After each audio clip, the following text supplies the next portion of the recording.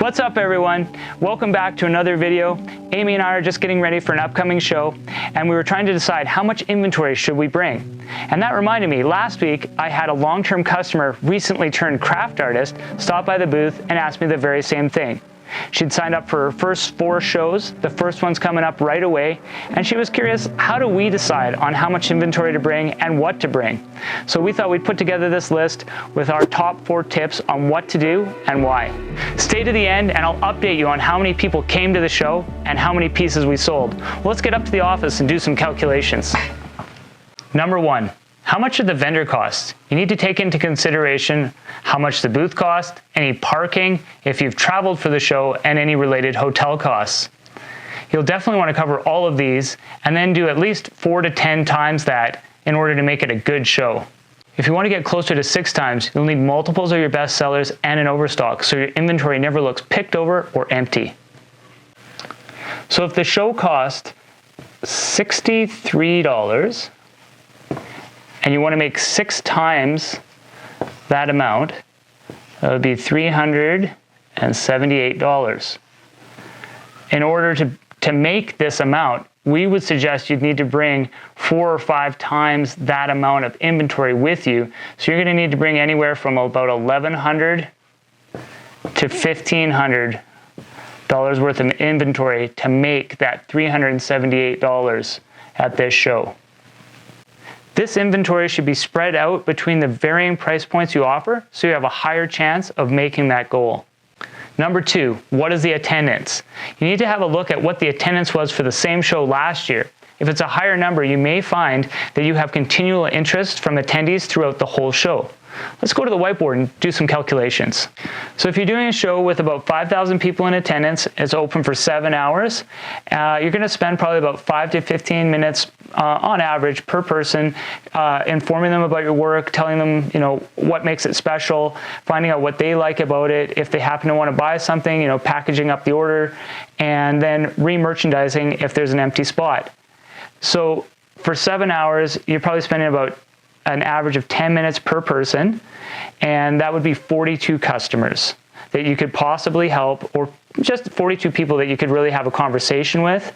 And so you're unlikely to sell to all 42 of them, but a lot of people might just want a business card or to keep you in mind for later or to go check out your website, that kind of thing. After doing 500 shows, I've never been at a show that was consistently busy like this all day, even when there was like 100,000 people in attendance.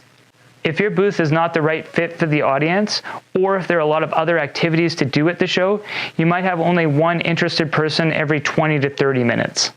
I've had new vendors come up and tell me that they had paid for advice online or heard from seasoned vendors that they should be selling to 5% of attendees at any given show. But that's not even possible unless the show is 100% your audience, you have several people helping you sell and answer questions, people are actively searching for your item, and are already informed about what you make and how to care for it. And also, those same people have to be willing to line up and wait in line at your booth for you to help them. But if you're doing a show by yourself, it's not really possible to help more than one customer every 5 to 10 minutes, at best. I wouldn't normally say this, but when you're given misleading information by someone who doesn't do craft shows full-time or who has only done a handful of shows, you can kind of feel like a failure at the show if things don't go right, and it may lead to you wanting to quit doing shows altogether or even worse, give up on your craft. But on the other hand, if you know what show converts at 5% of attendees, let me know in the comments because I'm going to do that show and I'll see you all there. Number 3, what sold last year? You definitely want to write down everything that you sold at the show and then bring the same things again and even a little more the next year. If you've never done the show before, you want to base it off your best estimate on what a similar show has done in the past. For example, the show that we're about to do is 3 days long, has roughly 10,000 in attendance, and since we've never done it before, we're basing our inventory level and what we're bringing overall on shows with a similar appeal. Of course, if you've never done a show before, you're going to want to write down anything that anybody's interested in and certainly whatever they've bought. And that way you'll know what to bring to your next show and you can kind of go from there based on what people have given you feedback on.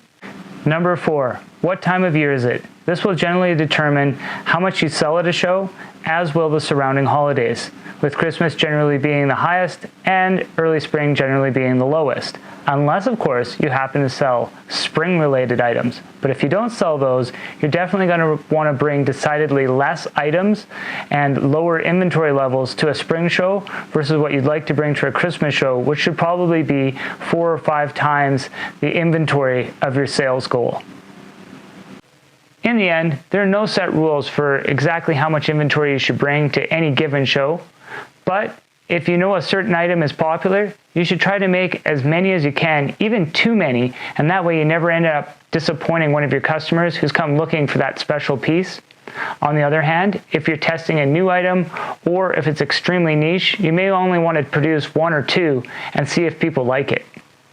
Well, I'm off to the show now, but I'll catch up with you at the end of the show and let you know how many people ended up coming to the show and how many items we sold. Hey everyone, the show's done and I'm all packed up, and I just wanted to give you my final thoughts about the show. So in this footage you can see our completed booth and the pendant I was working on at the beginning of the video. The show had around 10,000 people, which means it was fairly busy, and at some points it was so busy no one was able to physically stop at the booth without being pushed from behind. In this case, it kind of works against you because it's so busy no one can actually see what you've done.